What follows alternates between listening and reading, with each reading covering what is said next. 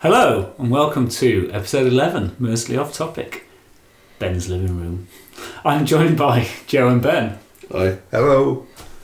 As ever, you can find us on our social media, at mostly off topic on Twitter, mostly off topic on Facebook, www.mostlyofftopic.com On the internet. on the internet, and also we hang around Reddit on the One Ring subreddit and the Lord of the Rings LCG subreddit and other subreddits that I'm really not going to advertise in a public forum, frankly.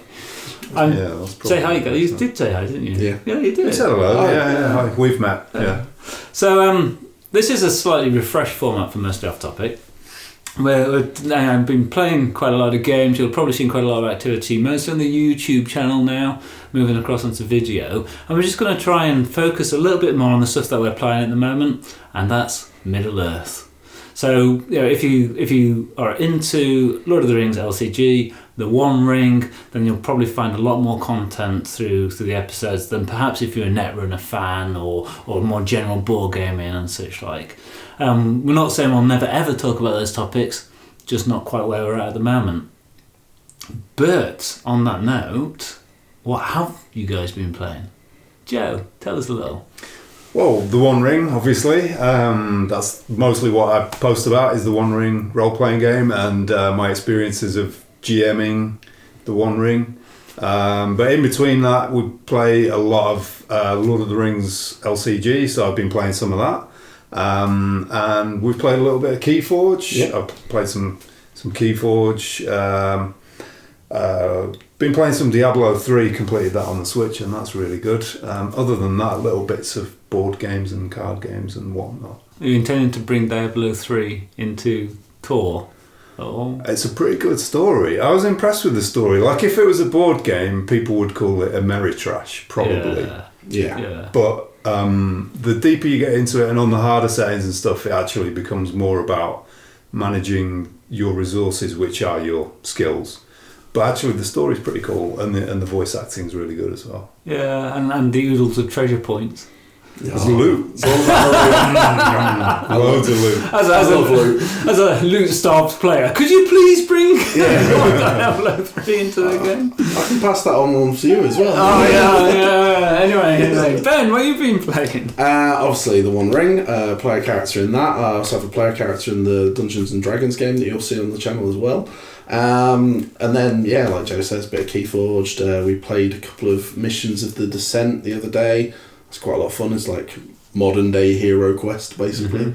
And then just sort of ad hoc gaming in between. Fair enough. I enjoyed Descent. I thought it was going to be just, I don't know, a bit cut and paste, but it's quite good.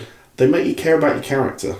Oh, really? Yeah, because you just choose the route that it takes, and you start having to make decisions quite early on of where you're going to kind of skill tree it up. You kind of find yourself a bit attached to them quite quickly. I've got the first edition and I've played that a little bit, but I know the second edition is more streamlined with an app and stuff. Yeah, similar to how they made the change with Mansions of Madness. Yeah. It just takes that burden off having to have someone kind of like trying to spin plates and kind of play the sort of dungeon master role. Yeah. Although someone has to manage the app, and that can get a bit monotonous. Yeah, if there's a criticism, it's that it doesn't just sort of read out things to you. There's a lot of like, press this, then read the next button, put this thing down, read the next thing, press it again, and it's a bit kind of...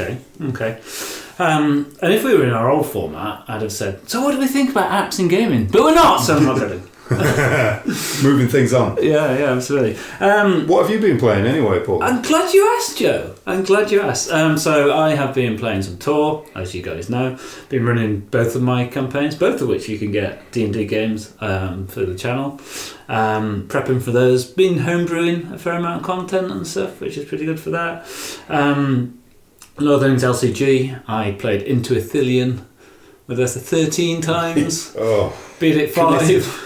Masochism. It's a really, really lovely quest. It's solid. Well, clearly, you played it 13 times. You must love it. Some of those games did not last long. I can tell you, some of those games did not last long. Yeah. And then taking my 7-year-old lad to UK Games Expo. And how was that? A completely different experience.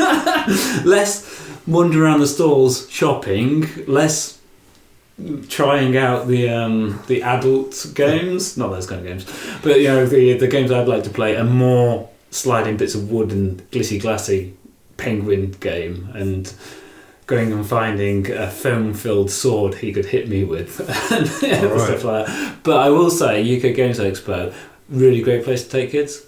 Very, very good with the family. It's great as adults, but they've got just the people around. Everybody wants to take an interest in getting the lad into gaming and stuff. So even though he looked a little bit bored, everybody was trying to kind of cheer him up, give him a sweet, or kind of give him something to play with. So brilliant vibe. Nice. Well, it's good to hear. It also makes sense because it's like they're your next audience, effectively. Yeah. If you're sort of a games developer, you want to kind of bring people in an early stage. But it's good to know that they are actually not. They're adapting to kind of like having a younger crowd of it around, and kind of not just being very, no, this is kind of our area, this is our landscape. Not at all. There's so much encouragement for him to kind of like discover that. They had a little kids role playing section he wasn't that bothered about, but it was just good that it was there. So that's great. The main topic we are going to talk about though, and Joe's already released a video speculating on this from a GM position, but we're going to cover it in a little bit more depth, is Tor 2E, 2nd edition, the One Ring. Yeah, the One Ring Roleplaying Game 2nd edition. I have done a video about this already, which I kind of basically talk about my speculations about what it might mean, but the main kind of message of that video is that I think it's a good thing for the game, because it's going to get people talking about the game, get new players in, new GMs in, and that is only going to benefit everyone who's already playing the game. Yeah, so let's just have a quick rundown of 2nd edition and kind of what the announcement has kind of told us.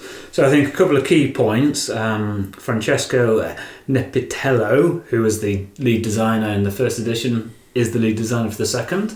So he's going to keep his vision. He gets to continue doing what he's doing. They've advanced the timeline from the core of the One Ring 25 years. So now it's 30 years after we had a smackdown on that big bad dragon. Mm-hmm. I was there, man. No, it's you don't know that. Fastry was there. Fastry was not there. No, he was too busy playing his harp in the halls of Bethesda. And therefore, it's a bit closer to the War of the Ring, but a bit closer is still 35 years shy of the start of the Lord of the Rings.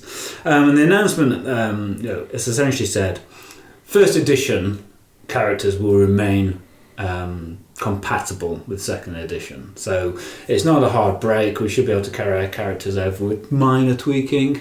There's going to be a new core with new art, new maps, and some rules, and they call out character generation as one of the areas of new rules.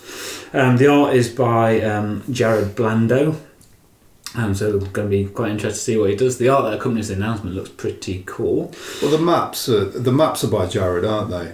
I don't know that he's doing all of the artwork. Oh, okay. So he's doing.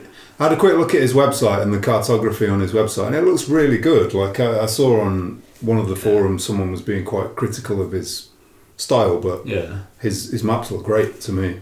Yeah, and let's face it, it's not like they're going to take the Misty Mountains out, build a motorway. Yeah. it would make travel much easier. It would do. A couple of service stations. Well, that Old Forest Road needs an upgrade, We're working on it. I gave 4 treasure to that the other day. Wasn't 5 treasure? No.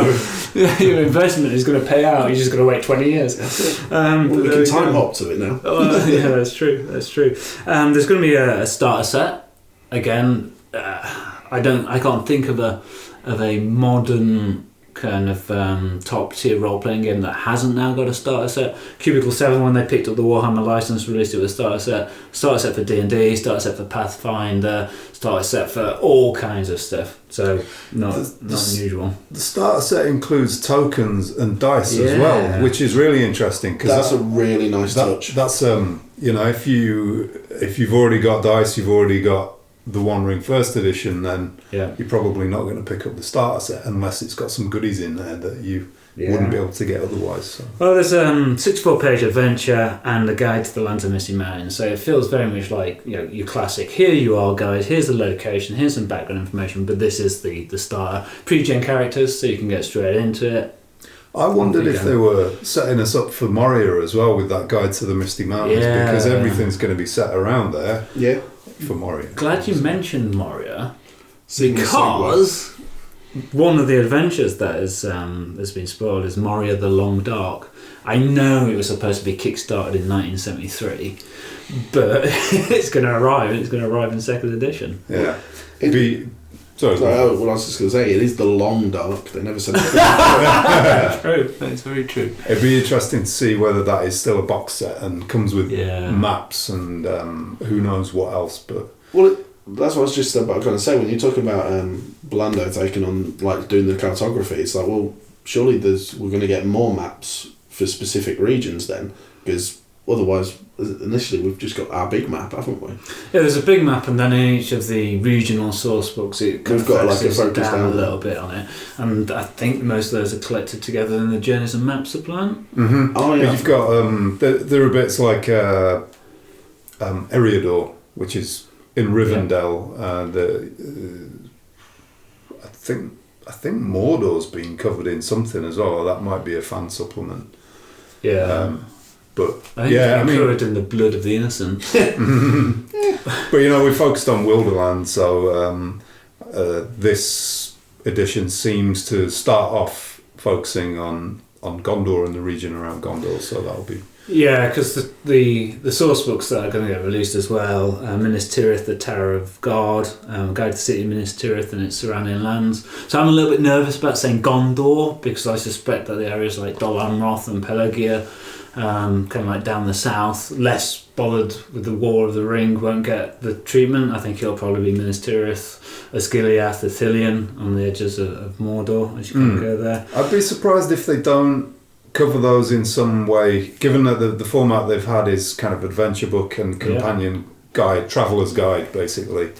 So that traveller's guide will at least allude to those regions and what you might find in those regions. I think there'll be a less detailed, would be my guess. And I'm quite cool with that. I think the One Ring kind of lacks a metropolis.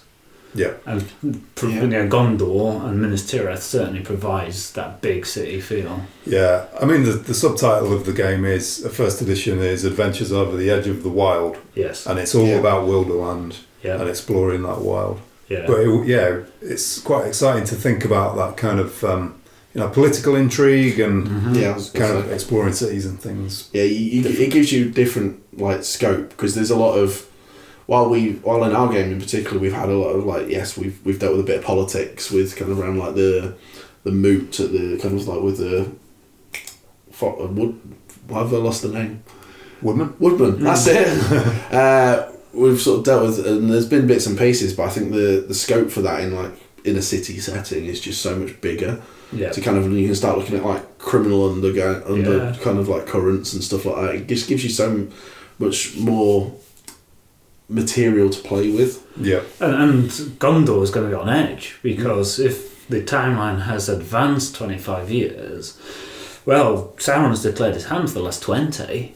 What's going on there? So I can see stealth missions onto the edge of Mordor, trying to protect yourself against spies that clearly must be infiltrating there.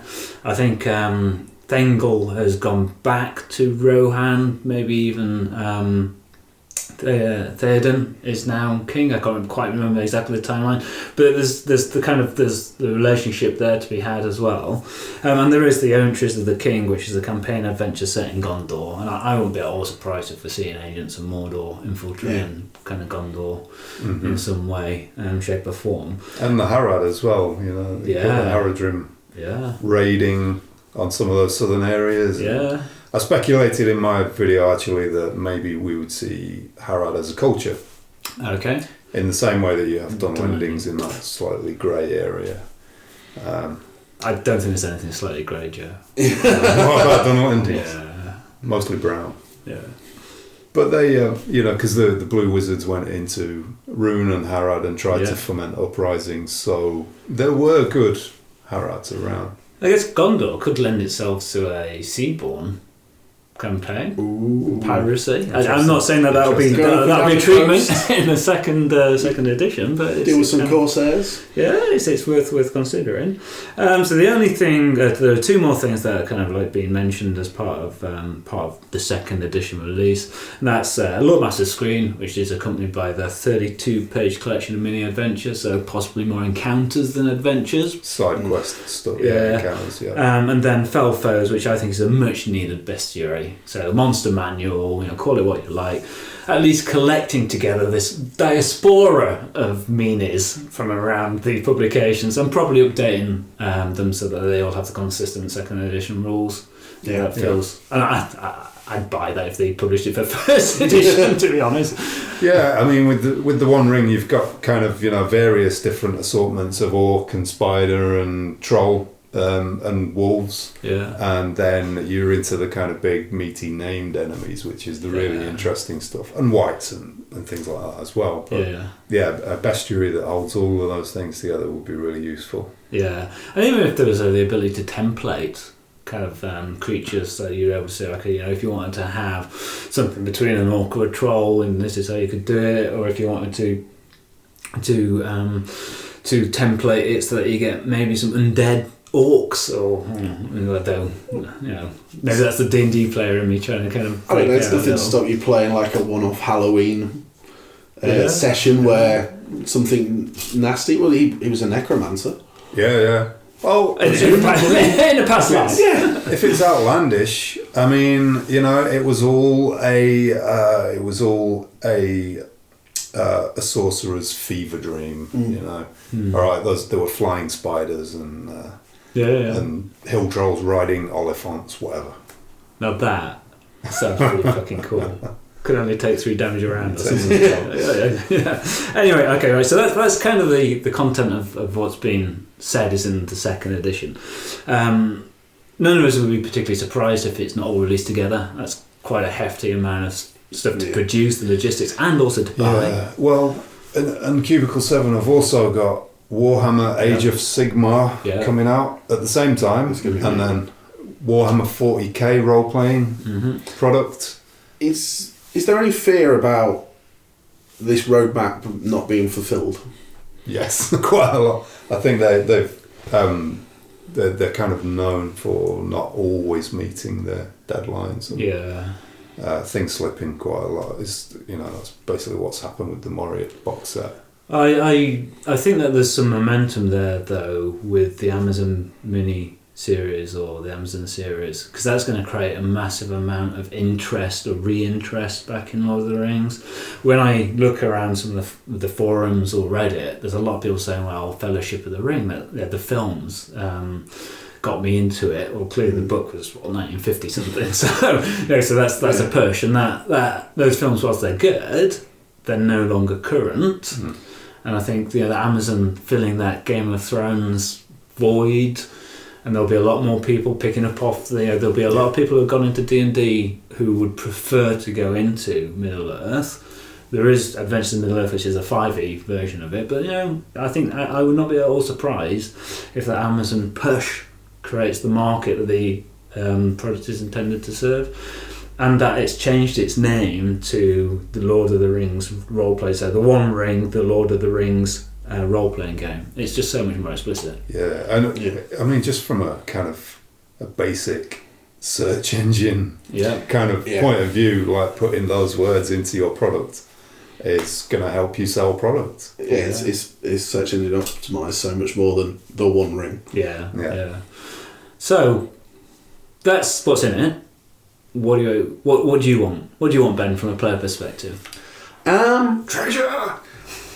Yeah, well, bows. Yeah, really, really pointy arrows. No, I think I'm incredibly pleased they say I can carry my character over, because that would be my initial fear. Because when you hear about it's second edition, it generally wipes out everything you've been playing so far. It becomes null and void. Yeah, you can still play it, but you know you're not getting any new content for your own stuff. So that transition makes me happy. The rest of it, I'm just more content, more stuff to play. Like we've mentioned, the Moria kind of, I think that just like we've said off camera, it'd be incredibly fun to just do that as like a standalone kind of like quest along the side, sort of like still carry on with Sig, my character, and playing like the game that we're playing, but then be able to jump in and kind of like a bit of a palate cleanser, if you like, of let's play a big troop of dwarves and go traipsing through Moria and end up dead. Yeah, I mean, a mini campaign in Moria would be brilliant. And I mean, Paul, you buy all the One Ring products anyway, so he has a habit. That might be I don't know what your interest is in playing a dwarf, but that might be an opportunity to just say, right, you GM this mini campaign, and I'll definitely. I'll play a grizzled dwarf, and we get a few more players in. I wish he'd play an ungrizzled dwarf. I like a female dwarf. Really young dwarf, no beard, clean shaven, like a Link in dwarf form. Okay, like a baby dwarf. Like a dwarf or something. Yeah, mini dwarf. Do they have those? I don't know. Are they called hobbits? Ooh. So yeah, I'd absolutely love to do that, because I don't see many kind of like dwarves riding horses with spears. So Rohan forever. They're right goats, aren't they? Yeah, true. What about systems then, Ben? So are there any systems or any kind of like parts of the game that, and it's hard for us now that we're more seasoned players because we're used to stuff, but when we started, which bits did you think that's a bit clunky? Wish you could do that? I think kind of like that initial kind of like we did covered in our episode about kind of what do we wish we known, a clearer kind of guide to how to spend your points, and also the way the cost of them is going to increase, and kind of I've been more appreciative of that at the front end, and kind of a bit more steerage to pick a path, even if you don't end up sticking to it at the end, but that if the kind of like if the start book, when it's talking about character creation, kind of tells you that actually there's a cost if you spread yourself too thin. Yeah. And kind of, I'm trying to think of the best way it could do. Like, if it's got pre-made characters as examples, if it has them kind of a bit more archetypey, it gives you a stronger starting point to kind of develop from. So I guess you got a couple of options. You could put down some explicit talent trees. So you can progress from one through to the next. That feels a little bit. It's a bit too structured. Yeah. And the other way to kind of look at this, I guess, would be like Fate Core, which has skill pyramids. So you have one thing at the top of the pyramid, and then you can have two at the next, and then you might have 3 or 4 skills at the lower level. But you kind of pyramid it up in that way, and it provides another structure. Yeah, something like that, or just even as simple as having a guide of. Bear in mind, like something along the lines of bear in mind that you're going to have to do a lot of travel, and actually if you don't have this person if you don't have this covered across your group, sort of a bit more sort of soft skills almost kind of level of rather than like hard mechanics, but just a bit of advice to kind of go... The meta game advice. Yeah, just play along those lines. Yeah, I think some of that comes from like having a GM who's run a campaign before as well probably helps, because then if the GM knows that sort of arc for characters, they might want to say, no, put some more points into travel because you're going to need it. Yeah, but this is where if someone's buying a starter set, I'm assuming they don't have a GM that has actually run a campaign before, so kind of including a few bits, because presumably they'll have had feedback. One would hope they've reviewed content on forums and things and work from that way, and just to see what else other people kind of like have struggled with as an initial point. Yeah. But just like you said, having a starter box to me should help you set everything rolling. Yeah. And that would be one of the things I'd like to see. Now, if I was coming to this fresh and picking it up and going, well, I've heard about it, but I've never played it, and actually I'm going to invest in this sort of like game and buy it. That's the sort of thing I'd want to be looking for. Yeah, okay. And Joe, is there anything that you want to add to your video in terms of what you're looking for from a second ed, from a lore master, games master point of view? I think combat's got to be the big thing, really, that they improve. I'm not saying I know how and what the way forward for combat is, but they definitely need to bring it to life a little bit. I think it's very abstract, and you can use the battle map and put people in positions, but I think people want to have some sense of being on a battlefield. And are we driving at a gridded kind of skirmishing movement costs? You got to be adjacent to somebody, because the One Ring first edition abstracts you into your stances. Yeah, I don't see it going that way really, but I don't know what the solution is. If we're talking about maps, the One Ring maps are all hexagonal, so it could be that there's some kind of creation of a space with some sort of system like that.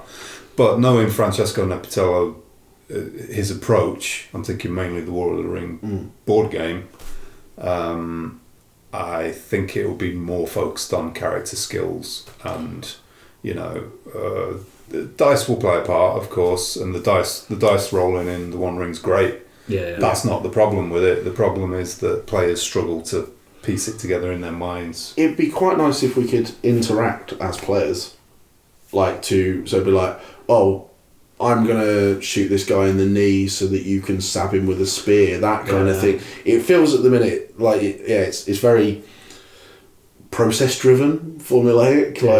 It's just like, I play a ranged character, so I'm always in rearward stance, which means I'm always last to go, so I just sit there and wait while someone describes what they've done, someone else describes what they've done, and then I then shoot an arrow. More ability to narrate the activity that then has a meaningful kind of impact, as opposed to I just changed this stance. And more tasks available in combat, which creates more decision-making requirements. I can understand. Okay. Sorry. Well, I think they noted that after the release of the core, and they tried to patch it with the Adventurer's Companion, because there are more tasks in that. There's also the combat roles, which we've not used yet, where you've got a champion, a captain, and a ward or something. I'm clearly the champion. Yeah, why not? But those change every battle, and you can choose. You can choose your role. So I think they know that people want a bit more from combat. And the other thing, which I did talk about in my video, is mass combat. They need a system for mass combat. An expansion of, like you said, the task, but also like some of the bit more free reign with some of the cold shots and things along those lines, because they're incredibly fun. Like when you pull them off, like is it epic one where you have to get epic feat, kind of some more stuff along those kind of lines where it's still dice rolling, but it's generating that role playing element of it. It's encouraging you to think of something out of the box to describe, and then the dice is just a check then to see if you achieve it. And as your dice pool grows, you don't want to just be rolling more dice. You want to be doing more epic things, because it's meant to represent that you become more skillful. So it will be that your character develops that way. Okay, now are we interested in the time move? Yeah. Why? Well, because we're just getting closer, aren't we, to the time frame of the Lord of the Rings? Yeah. And people like Aragorn are more relevant and might show up. Yeah. He's always been relevant. Well, he leaves Rivendell before this time frame would start. So he gets told by Elrond his background and his history, and he departs from Rivendell. So he's out there in the wilds now. He's got he's got his history. He knows he's one of the Dúnedain. He knows he's King Alessia, and all that kind of stuff.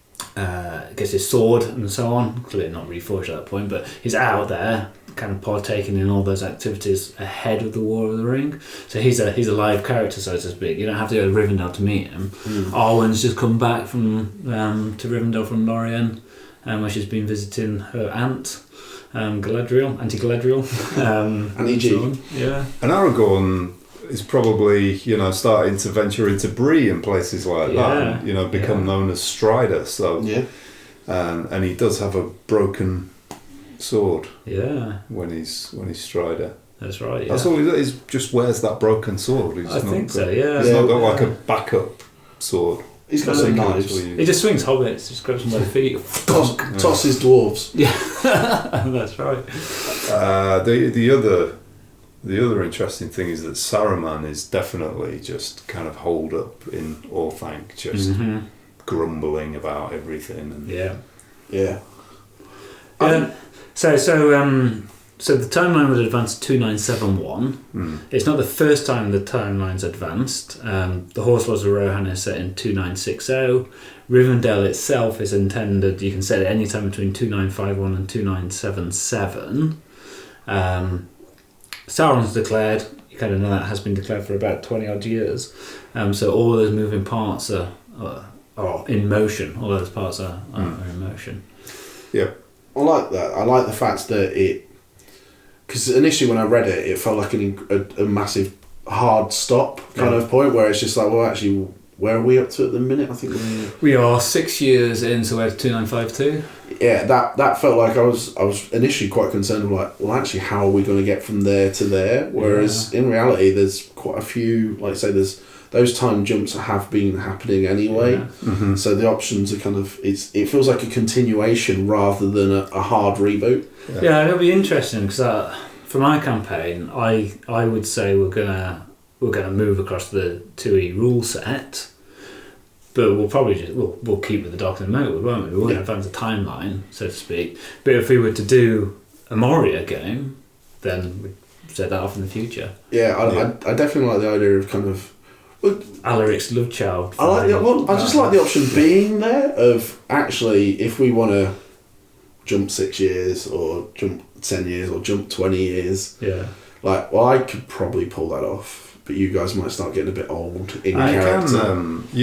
There's a whole section in the One Ring about kind of passing on your lineage, and you've got your squire, Belga, yeah, and Amy, you'll be, she'll raise, she'll fall. Yeah, presumably. You need to put her out to stud, if that's the right term. No, that's not the right term. It's whatever the opposite of putting them out to stud. To be studied, yeah. So anyway, okay, do we have anything more to say on second edition? Just, I think it's great that Cubicle 7 have still got Francesco at the helm. Yeah. And the Errantries of the King, and I think a load of the other stuff as well, will also be co-written by Gareth Ryder Hamrahan, who wrote Darkin and Mirkwood and Tales from Wilderland, and he's written a load of stuff for the game. So they've got the right team. I don't know if John Hodgson is going to be involved. I know they've got other people lined up for art.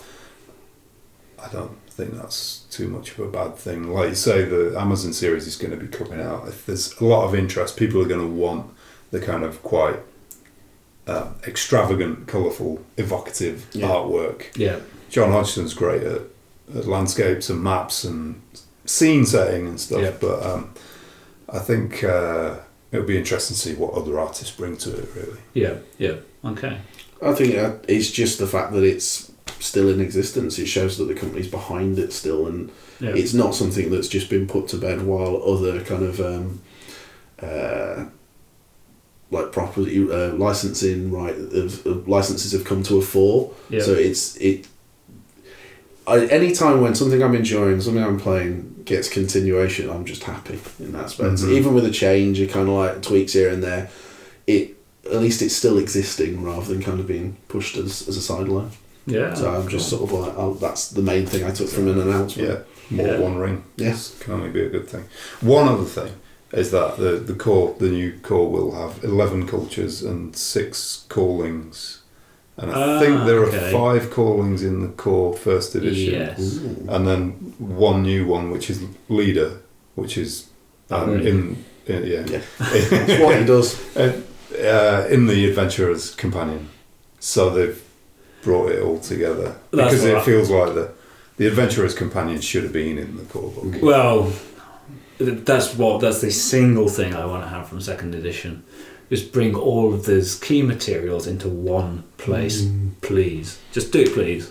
I mean, at the moment, I've had to sellotape all my books together, and it's a nightmare. I mean, it just is. Cool. Okay, so anything else to E? No. Okay, so before we finish, observation. So if you have a look at, so one of the things you said in our kind of cultures video was elves. They're just not grounded enough. Yeah. And I've been musing on that a little. If you take all of the work that Christopher Tolkien's done, where he's taken parts of the Silmarillion and expanded them out, every single one of those protagonists is a human. No, so I'm reading the Fall of Gondolin at the moment. It's the same with Children of Hurin, same with Luthien and Beren. All human characters, all human males mostly, but let's not. Well, he's following his dad's tradition. And that, I think, reinforces your point that you have to look at it through that world through a human lens to kind of get the tragedy in the sense of that. It's the whole talk about it moving into the age of man. Mm-hmm. Like the whole process is like the elves' time is done. They are there as kind of like ethereal beings, almost like quest givers, basically. Yeah, they're buggering off. Yeah. So just put that out there. If you want to catch into that kind of stuff, play a human. Play a very rare hand, actually. Or a hobbit. So dwarf. anything to add before we wrap up, guys? No. We haven't spoken too much about Lord of the Rings No. LCG, but I just wanted to highlight the Wizard's Quest and the Woodland Realm combined thing because I think it's brilliant. We've played it a few times, kind of separately, and then combining the two encounter sets. Really good product, just for I think for people who've been playing for as long as we have, you can build any player deck you want now and make a functioning deck, but to have the ability to craft a quest basically to put against your player decks or against your friends and challenge people with is a really cool thing to be able to do. So I'm enjoying those two quests a lot. They are good. So thank you for watching and listening. Really keen on getting any feedback you can leave us on this content. What did you like? What did you not like? What do you want to have more of? And if you support or don't support our more narrow focus into Middle Earth, really keen to understand that as well. You can leave us feedback on this video. You can leave it at the email, mercenaryofftopic@gmail.com, Twitter @mercenaryofftopic, and on our Facebook group, just search for Mercenary Off Topic. And should we have a vote on this video? So leave us your vote in the comments. Should Paul buy Journeys in Middle-earth, the miniatures game? Yes or no? Cheers. Okay,